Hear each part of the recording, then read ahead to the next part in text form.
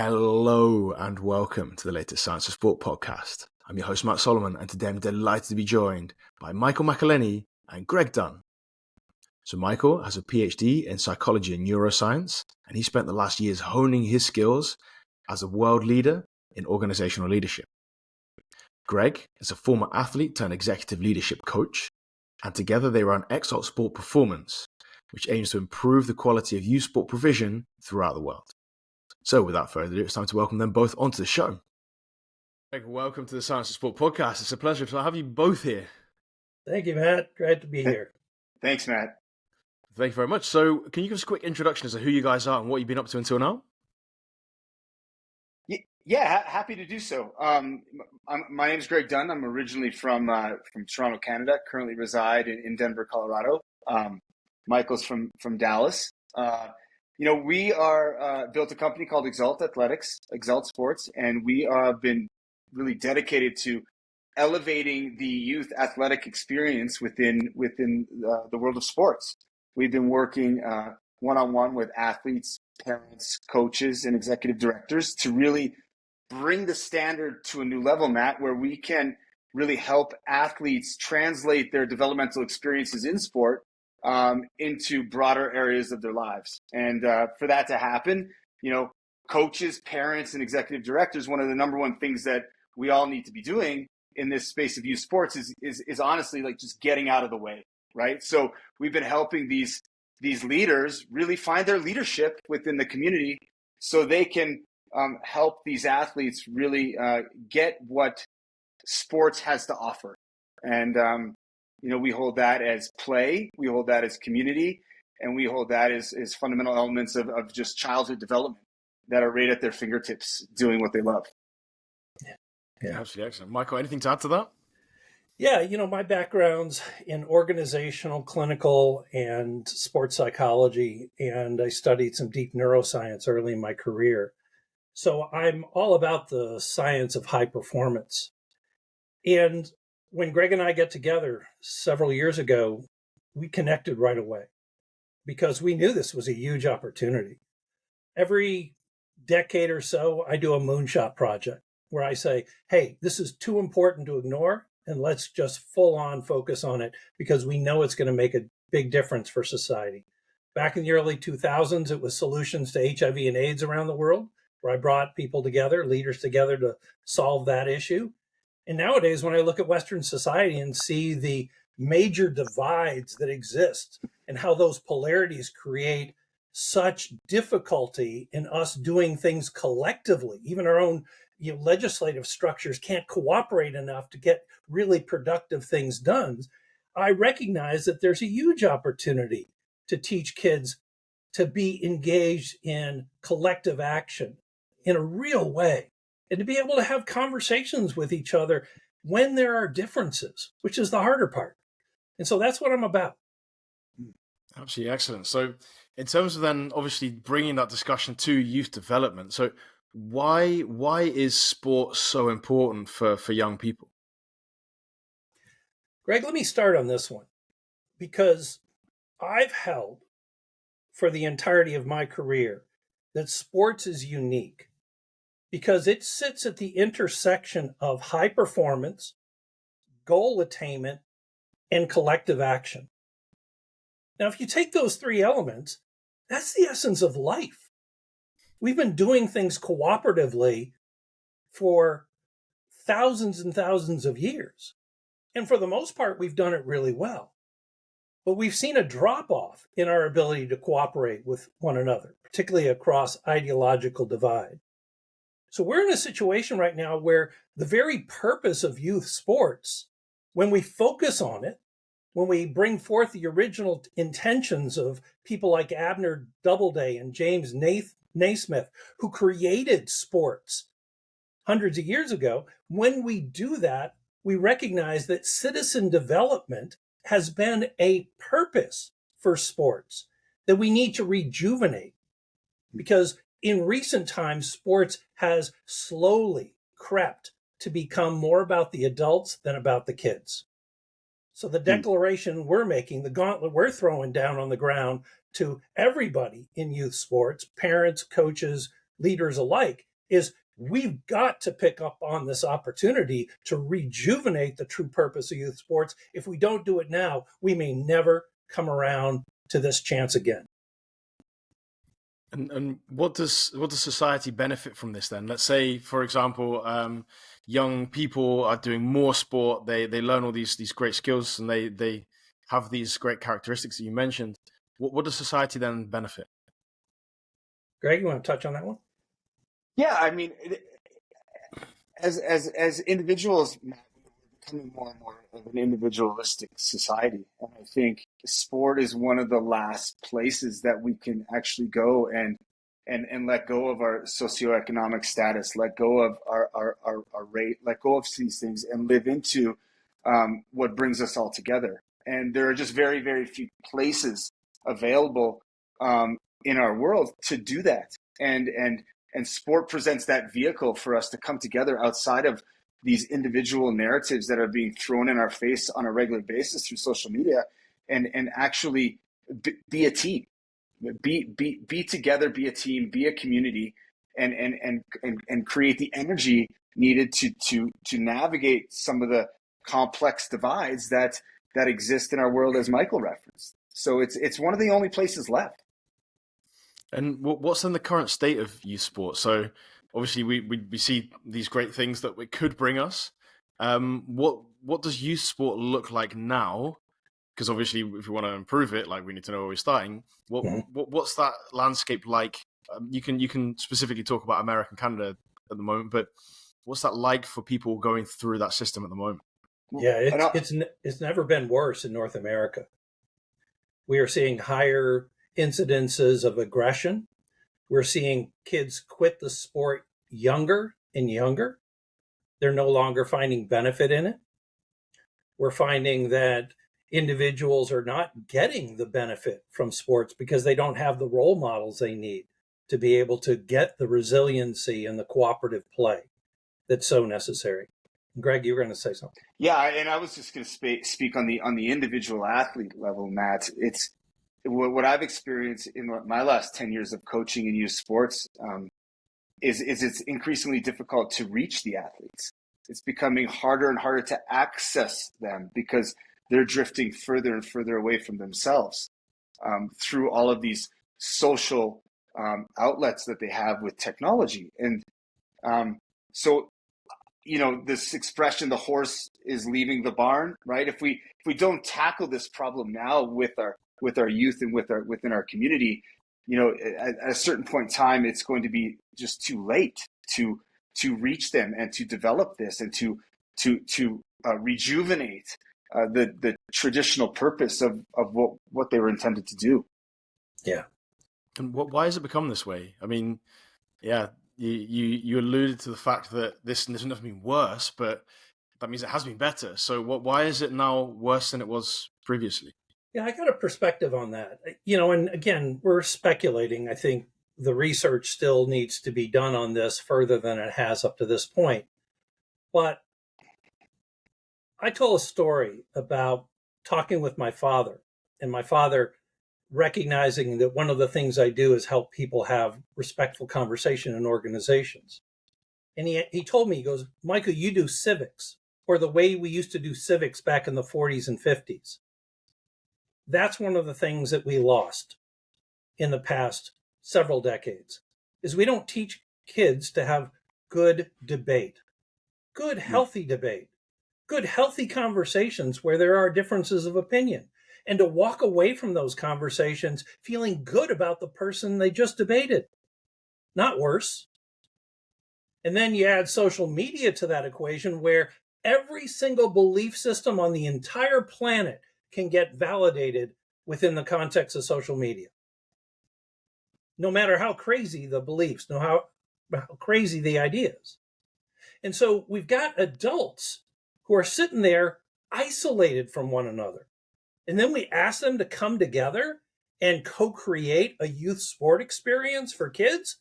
They don't know what to do. And they certainly don't know how to do it. And again, I'm not talking about everybody. I'm talking about 15, 20% of the population has lost their way. But that's enough to create such a horrible experience for the athletes themselves, whether it's in the stands or, after, in the car home after a game. It's enough to create a major disruption in this feeder pattern of creating good, healthy adults.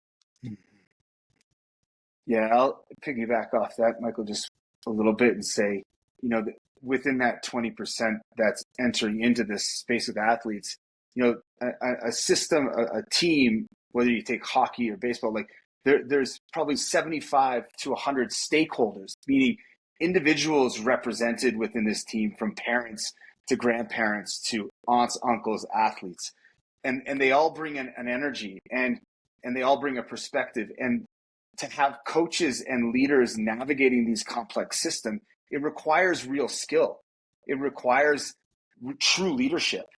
And the complexities that have arisen since the pandemic in particular, with adult trauma showing up in youth sports, has it been amplified. And I've seen it firsthand in my coaching. And so the combination of coaches that aren't trained to necessarily lead, they're trained in the skills component, and the traumas and toxic behaviors of the parents showing up out of fear and anxiety. It's kind of a clash of the titans of sorts, because the skills aren't there to manage the complexity, and the traumas are at an all-time high, given the fear and anxiety that's been brought up, in particular, pre and post-pandemic. So it's becoming more and more complex for these coaches and leaders to navigate these situations. And there's just a skills deficit and a wherewithal that needs to be intentionally cultivated in order for us to move out of this space and to rejuvenate what we're striving to do. And I'm really interrupting to make sure you're up to date and aware of the Science of Sport Coach Academy. Now, the Coach Academy is an overgrowing library of sports science courses which are broken down into bite-sized chunks. So if you're enjoying today's podcast and you want to get some more great sports science information, all you have to do is hit the link in the show notes. You can get in there completely free for the next 7 days. So hit that link when the podcast is finished. And if you then look at what needs to change, so this sounds drastic and dramatic. I think we shouldn't take that lightly. What do you think needs to change in order to get to a better situation? And we can touch on the ideal situation later, but if you were to take a few key factors that you think, these are things that we as society need to work on, coaches and families and parents and all those great people who have great intentions with taking their kids to sport, what do they need to do in order to affect change in these environments? Yeah, I think the first thing is make it about the kids again and less about the adults. We use the term athlete-centric organizations, athlete-centric sports organizations, where everybody around, all the stakeholders, know full well that it's about the kids' experience and nothing else matters. That means that's what we're truing to. That is our North Star. That reminder is critically important. And as obvious as it might be to the three of us, for a lot of folks that are finding their way into youth sports, it's not as obvious. So I think that's number one. And the other thing is that we all know this about sport, that to play a sport optimally, you have to be fully in the moment, right? We call that flow state, right? To be there, present in the moment. Nothing else matters. Time slows down and we're having fun, and joy gets emanated from that experience. So if athlete-centric is at the center of it, and their experience of being in the moment is the most important thing that we cultivate, then everything that we as adults do should be in support of the kids being in the moment. Meaning we're not there to distract them.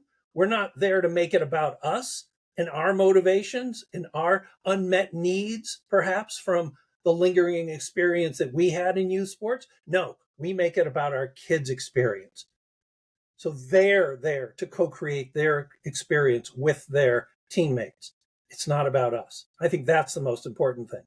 And Greg, pick up from there if you want. Yeah, and I think step one, the way I hold it, is we need to simplify the conversation.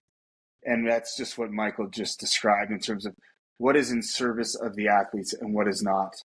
Let's get clear together on what is in distraction of our purpose to cultivate good humans that are given the space to uncover and discover their athleticism in the process of sport. And then let's educate and hold our coaches in a developmental process. Let's raise the standard, Matt.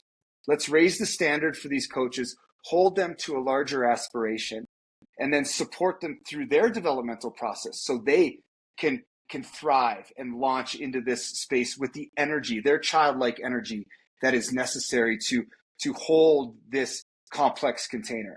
And the third for me is let's give the parents the support around developmental stages and what athletes truly need from a supportive perspective, so they understand what they're doing and what's in service of their athlete and what is not. I fundamentally believe that most people in this space are not ill-intended. They're not intentionally doing harm. They're actually simply not intentionally leading into a process that they know will support their athlete. So with some education, support, and different systems, we can really raise this thing in a big way. But we got to be intentional. We have to lead with the intentionality. We can't just assume that everybody is intentionally doing the right thing. And that's a massive distinction in conversation, I think, from where we are versus where we need to go. Yeah. And Matt, if I can add one more element of that, we are very practice-based in our methods. We know that it comes down to being able to hold that intention and to live that intention in the moment. That's true of athletes as well as the adults around the sport. And so what helps a person live their intention? Well, what we know is that we can have great intentions, but something could trigger us in a moment that would lead us to deviate from our best intentions. So what do we do in that moment when we start to lose our composure, to start getting riled up about something? Well, it's the same thing that we teach to athletes. The importance of breath work, the importance of visualization, the importance of gratitude and appreciation. These are fundamental practices that we originally cultivated in psychology, but pretty quickly after their development, we brought them to athletes. So for example, a hockey goaltender when they're scored on, or a baseball pitcher when they're about to pitch the baseball across the plate, they engage in repetitive ritualized practices so that they can perform at their very best. Well, when we translate those practices into what can serve a parent or coach, we call those on the way to the arena practices. That your child may be sitting in the seat next to you on the way to practice, but you're both there practicing what you need to practice so you can be your very best self when the game starts. And that's what we emphasize. It's not going to happen on its own. You got to engage in these fundamental practices, what we call micro practices. You have to engage in these fundamental practices. And when you do engage in those fundamental practices, it increases the likelihood, it doesn't guarantee, but it increases the likelihood that you show up expressing your highest intentions in that moment. If you don't practice, it's very unlikely that you're going to live out those intentions, just like how we hold practice for athletes. So I think that's a key. And when we discuss these, there's a lot of things that you've just touched on. When we discuss these things which you think could and should change, what are the barriers to those things being changed? So, well, you mentioned stakeholders, for example. I mean, potentially the education of coaches and parents, but what's stopping this from happening? Arrogance is a big one. People feeling as if they already know the answer. Adults holding this perspective that their growth stopped when they turned 25 or 30. That's a BS story. It's not true. We continue to grow and develop till the very day we die. Yeah. We can continue to develop new neural connections in our brains till the day we die. So the idea is that we're always growing and developing. So that's an important one. People need to get past this thing that should have figured it all out by now. No. right? You got it. You recognize it. I love that Greg said, you got to pay attention to the developmental process of your kid. Well, if your kid's going through a developmental process, they're growing up. Guess what? You as parent are growing up just along with them. And if you're not supporting your kid's development in the way that you could, or perhaps should, as a responsibility of a parent. Yeah, and I also think that there's a mindset shift that needs to happen, that not knowing is not weakness. It's not a fault of yours.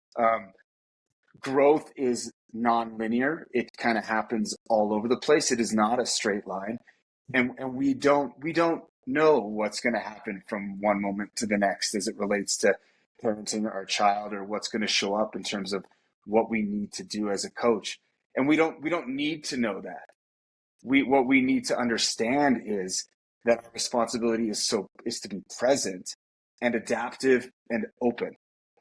And so there's a mindset shift, I think, like Michael's referencing. It's that open circuit, and that willingness to admit that, this one model that I saw from my parents or my community growing up isn't the only model out there, and that when we enter into systems with kids, they're gonna show up in their fluidity. The communities are gonna form in their fluidity, and it's up to us to shape them based on the values that we hold as sacred. Not revert back to just what we know, but be open to learn what we need to understand, and what skills we need and tools we need to develop what we aspire to develop. And when we bring all of this together, obviously, I think you guys have got a pretty clear image of what youth sport should be looking like. So can you talk us through if you had all of the resources, all of the education, everything that you need in the world to make this happen, what would be your utopia for sport in youth development athletes? Yeah, that's a great question, Matt.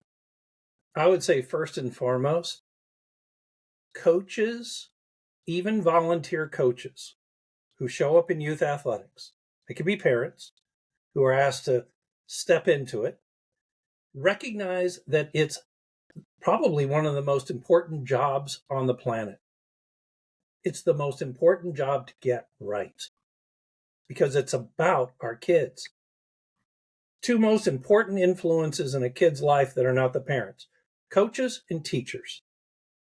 We need to make those two jobs the most important jobs on the planet, because they're responsible for creating the containers where, again, goal achievement, high performance, and collective action are happening. And if they can't hold that environment that is maximally motivating, that is able to get kids to be able to be effective in that domain where those three things exist, if they can't do it, they need to continually train and develop themselves so that they can. And if they truly can't do it, and the development's not working, they need to get out of it and make room for someone who can.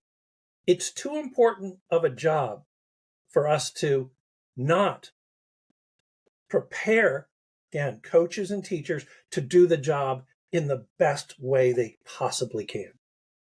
So in an ideal world, we treat both of those jobs as the most important jobs on the planet, and we give them the resources they need to be the best they can possibly be, so our children can be the best they can possibly be. Yeah, Greg, you got anything to add to that? Yeah, I love it, and one thing I'll say is we reference the Ted Lasso story in our book, and one of the things that Ted Lasso really brings out is the fact that coaching, in fact, in many ways, is sport agnostic, right? So if it's sport agnostic and he's able to move from American football to soccer, what are the fundamental qualities of the coaching experience that make it sport agnostic? Well, that makes it about the humans, right? So deepening our capacity as coaches to understand coaching from the perspective of coaching humans, and seeing the diverse applications of coaching in our lives. Everywhere we go, we're coaching. right? So what are those skills? Let's change that narrative to the people and having it be about the people development in the context of the sport. And thus that creates the capacity for the skill development. It's almost turning the conversation around is the utopia for me, and saying, make it about the people, create the space for the skill development, fill in the skill development with the appropriate skills expertise, and then just let these kids just fly. Absolutely excellent. So Michael and Greg, thank you so much for your expertise on this one. Where can people find a little bit more about you guys and what you're up to? Exultsports.com. That's where they'll find us on the web. And certainly we're there on Facebook, on LinkedIn. And I would just invite people to look at Good Sports, Reclaiming the Soul of Youth Athletics. It's now available on Amazon, 3 different forms. And it's a reflective book. It invites people into it to discover themselves and discover their highest aspirations, and also discover how they might have gotten them in their own way on the way to their highest aspirations. So yeah, that's the best way to find us. Fantastic. Any other socials, Greg, or is that the best way to get you to? No, I think that in Instagram, you find us on Instagram too, where we've been putting out some good content. I think that will help people navigate the day-to-day. Fantastic. So thank you very much, guys. It's been a pleasure talking, and I look forward to speaking again soon. Thank you, Matt. Thank you, Matt. Cheers. And that's it. Once again, a massive thanks to Michael and Greg for all of their hard work on today's podcast. I really appreciate it. I'm sure you do at home too. Before you leave, I want to point you in the direction of the Science of Sport Coach Academy. Coach Academy is an overgrowing library of sports science courses which are broken down into bite-sized chunks. So if you enjoyed today's podcast and you want to get your hands on some more great sports science information, all you have to do is hit the link in the show notes. You can get in there completely for free for the next 7 days. What's more, every time you complete one of the courses, you get a certificate of completion which will prove your ongoing education. So hit that link in just a few seconds' time.